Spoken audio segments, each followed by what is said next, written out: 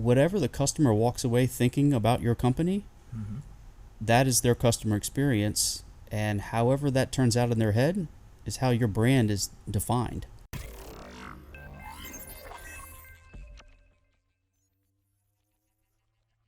Welcome to Shift Digital. I'm your host, Chris Bass. Shift Digital is brought to you by MediaFuel, a digital marketing agency that distinguishes brands and helps them generate demand. Full transparency, I'm also president and managing partner of MediaFuel. You can learn more about us at MediaFuel.net. But enough about us. Shift Digital is all about leadership in marketing and growing your business. And with that, I'm happy to say Cristian Shirilla is here from River Pools and Spas. Yes, yeah. River Pools. All right. We'll stick with River Pools. So he's guest numero uno, but he also happens to be the director of marketing at River Pools, and it's one of the biggest brands in the country, arguably the number one pool brand in the country. Arguably, I would think it is. All right. I was hoping you might say that. I believe that it is. Absolutely. And in addition to being director of marketing of one of the most recognized brands in the pool industry, I've gotten the chance to work with you, and you're a super creative idea generator. And by the way, there are some Google statistics to put behind that you guys actually are the number one pool brand in the industry. Quickly growing. I'll brag for you. But you guys have done a great job there. You're also very authentic, genuine, passionate about what you do. Just enjoy marketing, great storyteller, and if you noticed, he'll be a comedian on the show. I'm sure I'm going to get a couple shots across the bow here. So I got an award for that, I think in 4th grade. Yeah. Best sense of humor. And you were sent to detention. Oh gosh, yeah. Not straight A's, not most improved. Best sense of humor. Right, I have this. True story. Cool. Hey, that's cool, brother. Well, hey, thanks for being on. Glad to have you here. Thanks for having me. In spite of all the flight delays and everything that we won't get into. Here we are. You could say a lot about customer experience just based on the last couple of days you've had, probably, though. Oh, yeah. Airport. I feel like I could write a book. Right on. I feel like I could. And that's our topic today, customer experience and brand building. So just getting ready to chat with you about this, I went out and looked at Google, of course, and it says, customer experience is everything related to a business that affects a customer's perception and feelings about it. Customer experience focuses on the relationship between a business and its customers. It includes every interaction, no matter how brief, and even if it doesn't result in a purchase, you're still dealing with customer experience. So tell me a little bit your perspective about how does building a brand tie into customer experience?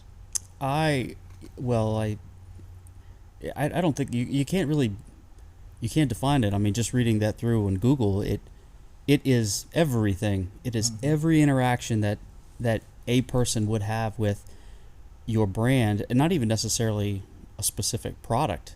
The people, the brand, the content, the thing that you make, the manner in which you deliver your product, your service. It's absolutely everything. At the end of the day, it is the customer's perception of who you are as a company. I think that word perception was just in that Google definition right there. Yep. So it's whatever the customer walks away thinking about your company, that is their customer experience, and however that turns out in their head is how your brand is defined.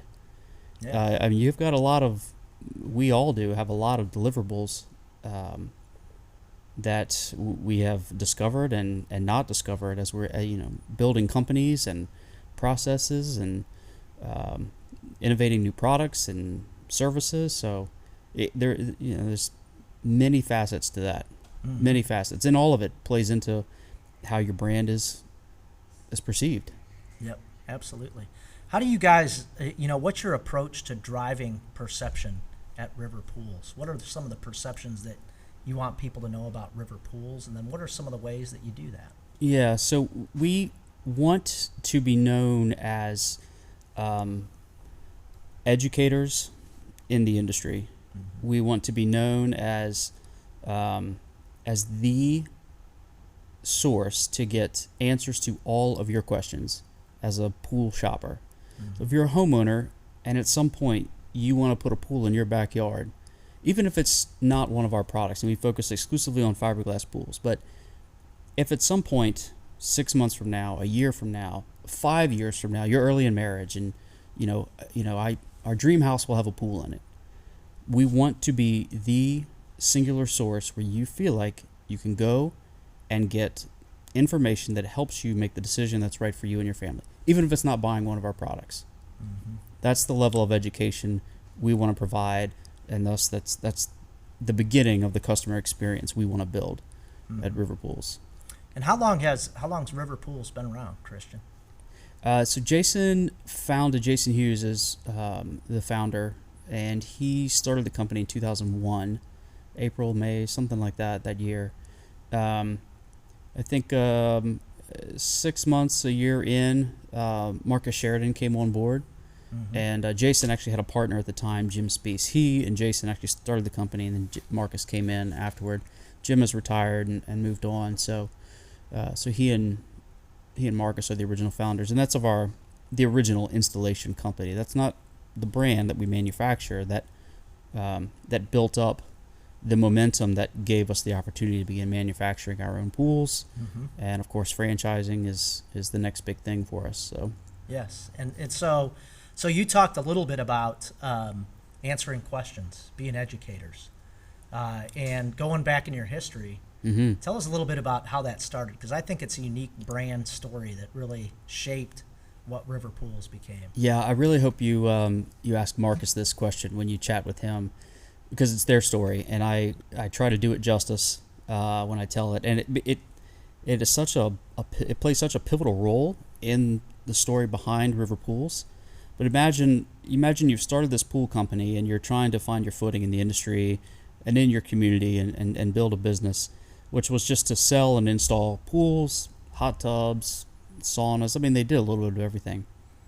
But then the economy crashes in 2008, which many of your listeners will remember. Big deal. I know, I remember Big it. Deal. And they, in a matter of like 48 hours, lost 90% of their business. Wow. People pulled out, Mm-hmm. asked for deposits back, put projects on hold, and they were left scrambling. And they were probably, the end of the company was knocking at the door. And Marcus, if I remember this correctly, just remembers thinking, I have one shot, and that's to try this internet thing, blogging that was beginning to take hold about that time. Yeah. So he goes home. He tells his wife, I'm not going to be able to go to bed at our normal time. I have to do everything I can to try to save the company. And he starts blogging, but not just writing about the company. He went through, and he was the lead sales guy, or the only sales guy rather. But he made this list of every question that he'd ever been asked during sales calls, and he started to write a blog about each question, answering that question in great detail as he would, sitting at someone's kitchen table. Yeah. And so that became the beginning of our obsession with answering customers' questions, putting it in blog form, and then being there for them online to, find the answers when they begin their journey to doing research about having a pool installed. Absolutely. And that really is an experience of itself, and creates a customer perception about expertise and knowledge and the go-to guys to get answers. And I think that you guys have done that really well. As we were just thinking about brand and customer experience, I was reading online, PricewaterhouseCoopers, PwC had a study that they said 1/3 of your customers will leave after a negative experience. And we put a lot of emphasis on marketing and technology, making things efficient. We talk about the customer journey, but if your brand is using technology and you're only thinking about technology, my concern is we're going to lose the human touch. Mm-hmm. How do you guys make sure that with all the technology we have, you still humanize the experience for your customers? We obsess about customers' questions, but we also obsess about the problems that customers have or could potentially have in the process of getting a product like what we make. So we don't lose sight of the idea that having a pool installed by anyone, even if it's not one of ours, is really stressful. It's more so for some than it is for others. But well, you got someone coming into your house, your backyard. Your right? backyard, your Yeah. property is, visually, it's absolutely destroyed. It's hard to see the end product. You don't know what, you don't know a whole lot about the thing that you're about to make an investment in. Mm-hmm. And so for some, there are a lot of really uncomfortable moments in this purchase because it's not like a car, Mm-hmm. right? Right. You go to the Yeah. dealership. I want this vehicle. I'm going to test drive it. I get to interact with it. I get to touch it, feel it, sit in it, open and close the door. You can't do that with a swimming pool necessarily. Right. You can go try them out. Yep. But, and you don't ever have to deal with the making of the car. But with the pool, you have to live with that entire process. And so there's so many pain points, and we, as much as we obsess about customers' questions, we obsess about the issues that could arise that could cause the customer some level of stress at any given point. Yep. And we work tirelessly to vanguard or educate the customer about what could happen that they may not know about. Yep. So we include that language in how we speak with them when we're in person, on the phone, in Zoom. Because we even take our survey questions and try to phrase them in such a way that I'm speaking to you right now, right? Yeah, you're not taking a survey. Yeah, You're just having a dialogue. Yeah, everything needs to have a warm, open feeling to it. Mm-hmm. It's hard to achieve that, Mm-hmm. but and I don't think we've perfected it yet. But we don't ever lose sight of the fact that there are potential pain points for the customer, and we want to get out in front of those Right on. every single time. Yep. And I think that's what helps us, leads us to offering a very humanized experience in this world of endless technology. Exactly. So one of the things in the customer journey that you and I know is people shopping for a pool. They want to know what's it like to get in the pool. Mhm. Where's the water going to hit them? And you guys early on did. I mean, you were the guy that kind of put this out there. You were inside the pools, Mhm. walking around them, kind of a dry tour. Right. Talk a little bit about just the inspiration for that, because that's a really good tool online Mhm. that you use videos. You do a lot of videos. Right. Just to create the experience and help a customer answer a question. Yeah. Well, if your company is not using video to do something, anything, educate the consumer, you're behind the times. And for us, we were growing so fast that we didn't have the ability to go out and do what I call a wet tour, a pool that was installed, and actually get in and interact with it. So Jason was the first one to shoot one of these. He's like, I'm just going to hop in the pool, I'm going to walk around, I'm going to tell you about its features. And then when I came on, we just intentionally made time for getting in every new shell that came out to do a dry tour. Mm-hmm. Got as many as we could. I couldn't get them all, but I would just, I don't know, you provide that eye level experience, Mm-hmm. right? Yep. If your camera view is in the same line of sight that your customer is going to have when in that pool, there's something that connects with them, Yeah. puts them in that moment. Mm-hmm. They can understand it to a degree, and it just helps them better understand what the space is going to feel like and look like, and Yeah. be the next best thing besides coming out to the plant to get into the pool yourself. Absolutely. One of the other things that you touched on was, look, man, my yard's going to be a mess when I'm installing a Right. pool. And the thing is it's hard to get your customer to be able to see the end result. Right. What are some ways that you guys try to bring that end result to life to help them be able to see what their backyard is going to look like at the end of it all? Well, the biggest thing for us, I don't think, is reminding them of what the end product is going to look like. Like, they have a rendering, they have a picture, or sometimes a video tour of what the project is going to look like in the end. For us, it's a matter of making sure they understand how messy and how ugly it's going to be in the middle, and that can be the biggest misstep for any pool buyer. And I knew that you're going to come into my house or my property, and that you were going to you were going to dig up this giant hole. I'm going to have a big pile of dirt, but I had no idea. And so we set out to tell that story, right? Yeah. You guys really identified a pain point, massive pain point in the journey. Yeah, and so you know what the end product's going to look like. You know the grass is going to be green, and it's going to be stone flower beds, or you're going to have this water feature. You know what it's going to look like. But we set out to tell them how ugly and hideous and muddy, that construction process is going to be. And we went out and we shot a video of the worst weather window we could. We just picked the nastiest backyard during construction that we could get. There's mud, there's ruts and tracks, and it looked like a war zone.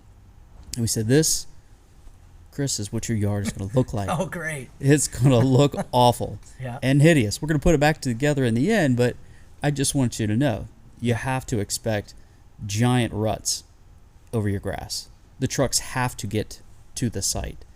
You have to expect there to be mud back and forth. You have to expect us to maybe crack your driveway, right? If it's concrete or if it's paved.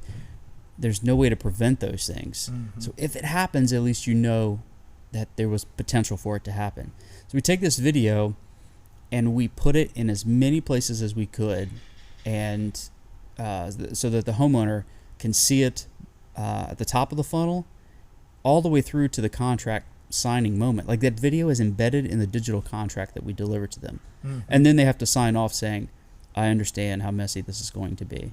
Yeah. So it's not so much reminding them how beautiful the product was going to be in the end, but just that they understood how messy it's going to be in the middle. And it has really changed the delivery of that portion of the customer experience. And you're getting at the heart of something that is really important in customer experience and brand building.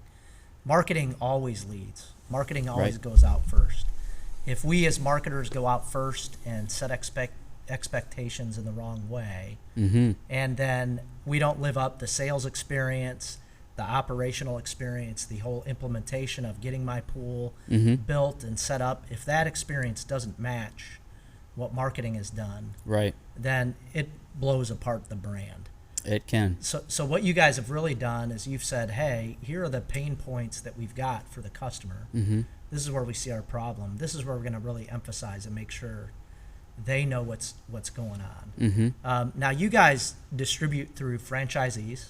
Yep. Also some dealers. Yep. And so talk a little bit about, so how do you get your franchisees and dealers to understand the importance of that customer experience? Because at the end of the day, they're at the, you guys aren't as the marketing folks and the manufacturer, you're not at the customer's house. Right. The franchisee or the builder's at the customer's house. How do you work with your dealers that way? Well, we work more intimately with the franchisees than the dealers. We are a company that has set a culture around education. And so our business relationship with an independent authorized dealer is far different than it is if you sign on as a franchise.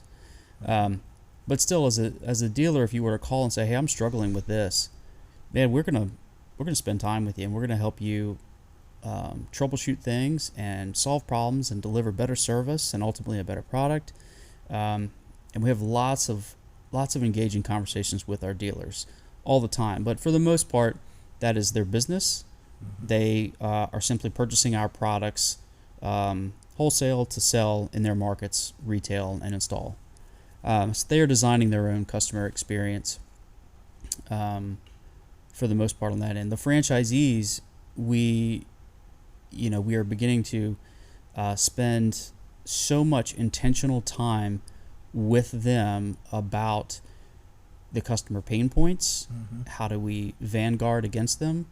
How do we answer questions before they're asked? How do we make sure we've given the customer enough time to ask all of the questions that they have and make them feel 100% comfortable and confident in the decision they've made for this investment?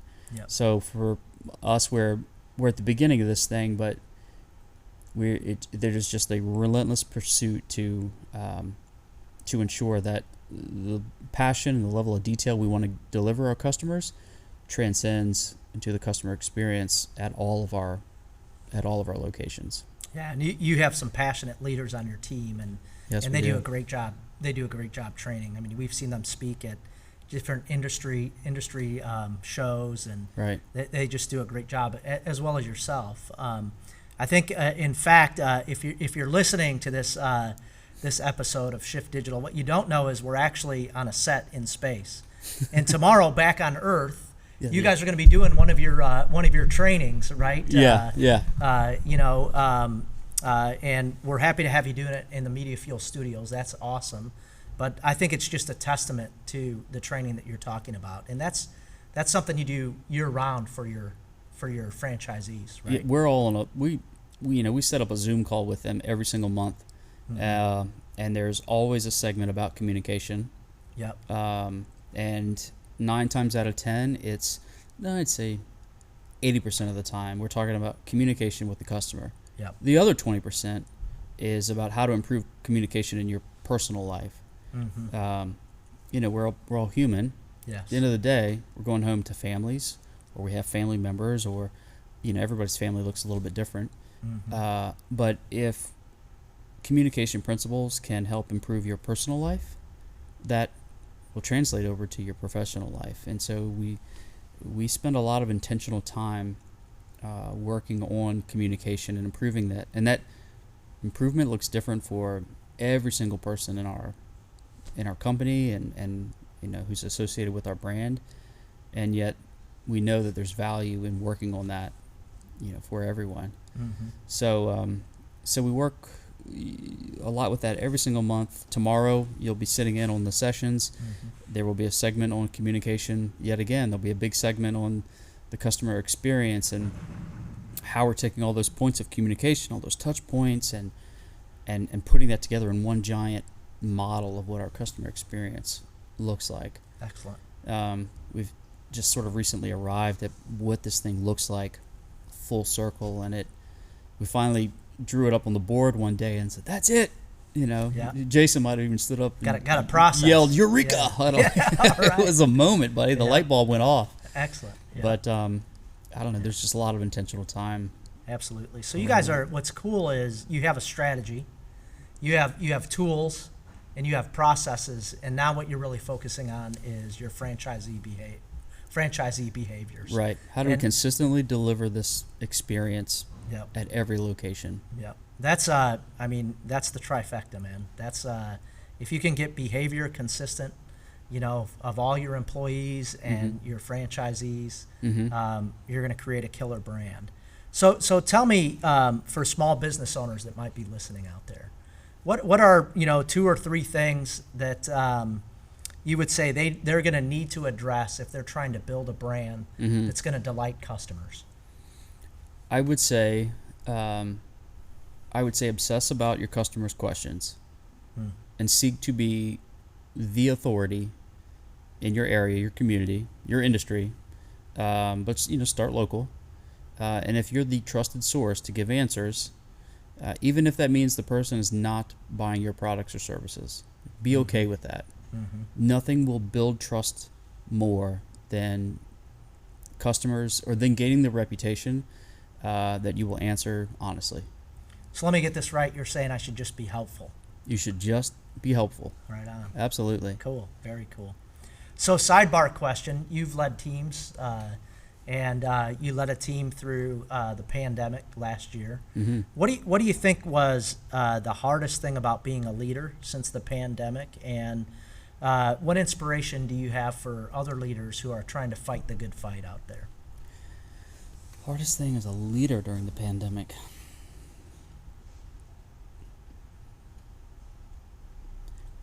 I told you I was going to stump him. Yeah. I think there were. I think there was. One of the biggest challenges we faced was taking an entire process that we had and dumping the box out and building a completely different puzzle with the same set of pieces. Right on. Right. That was really hard. Yeah. And you're having to shift this thing on the fly. But we knew this was our opportunity to reshape what the sales process looked like for buying a pool. And if ever there was a time when we were, one, forced to do it, but two, take on a new process that would actually benefit us even after the pandemic is long gone, then we need to dig in and do it. And so it was reshaping our sales process and taking something that always happens in the backyard. Every pool customer says, "Oh, I need somebody to come out to my backyard." And we flipped that model and said, actually, we can deliver an estimate faster if we do this virtually. And here's what you need to do to help this go faster. I can come to your backyard, but I can't come to your backyard for 3 weeks. However, if you were to do X, Y, and Z, if you were to send me a few photos, the right photographs, a copy of the plat to email, then we can jump on a Zoom call tomorrow, and I can give you a price estimate that's good within $10,000 probably. Right on. I mean, you're delivering the answer that they have immediately. That's great, man. So that was really tough. The other part that was challenging, all of our leadership abilities in the pandemic was just, one, we very passionate people for each other, and we recognized that every family was dealing with different issues. But man, just being there for not our clients, but our coworkers when something was going south at their house, and we just tirelessly backed each other up. It was exhausting, but we never gave in to that. We never complained about each other. If somebody raised their hand and just cried uncle one afternoon, fine. Then we would, every one of us would line up and be the shoulder to cry on. So just support. It was tough, man. We all needed it. It was tough. You guys went through a lot here too, Yep, absolutely. Well, that's you brought a book to mind. It's called Think Inside the Box. And as you talked about what you guys did, just reinventing that sales process, you even use the words, hey, we had to re-put the same pieces of the puzzle together in a different way. And they just talk about think inside the box. That's when true innovation happens. Right. So very cool, man. Well, hey, thanks for being the first guest on our show, and it's been awesome having you. Man, I guinea pig with the best of them. Right on. And then anything you want to let our listeners know just about River Pools? Yeah, if you're curious about our marketing, our communication, the customer experience, you're curious about pools yourself or anything, but go check out our website. Put your name in the hat as a potential customer. You'll start to get communication from our company. A lot of that will come from me as the signature line at the bottom. But imagine that they're actually going to get to talk to someone that it's is funny. at the company. I reply to people. You put the reply to email in these automated responses, but I put my email address on a lot of those, and customers all over the country, potential buyers, will respond with questions all the time, and I will respond back. Blows their mind. Excellent. But hey, you have a question, then I'm going to do my best to answer it as fast as I can. And oftentimes it leads to really cool relationships and neat opportunities, and more times than not, selling a pool. So seeing another family happy. Excellent. Yeah. And where can they find you guys online? www. Does anybody say that anymore? Yeah. Bailey? No, anybody? Maybe not. Okay. I don't know. River Pools. It's okay. We're old though, man. Riverpoolsandspas.com. All right. Riverpoolsandspas.com. Cristian Shirilla, thanks for being here today. Hey, first episode is a wrap, but I do want to give our listeners just a little tease. We're going to be talking to Marcus Sheridan in our second episode, also related to River Pools, but he actually is an author of a book called You Ask. They Ask. They Ask. You They Answer. Ask. I always get that. Yeah. They Ask. You Answer. Yep. And he's going to be talking next time about transparency in marketing. We talk a lot about being transparent. I can see that you guys actually live that out in your brand a bit, just by what you said. We try to. Yeah. And so he'll be talking about transparency in marketing and what it really looks like. So, Cristian, thanks again for joining us. Thank you. We'll look forward to having you all back for our second episode with Marcus. Yeah, buddy. Thanks, everybody. Thanks.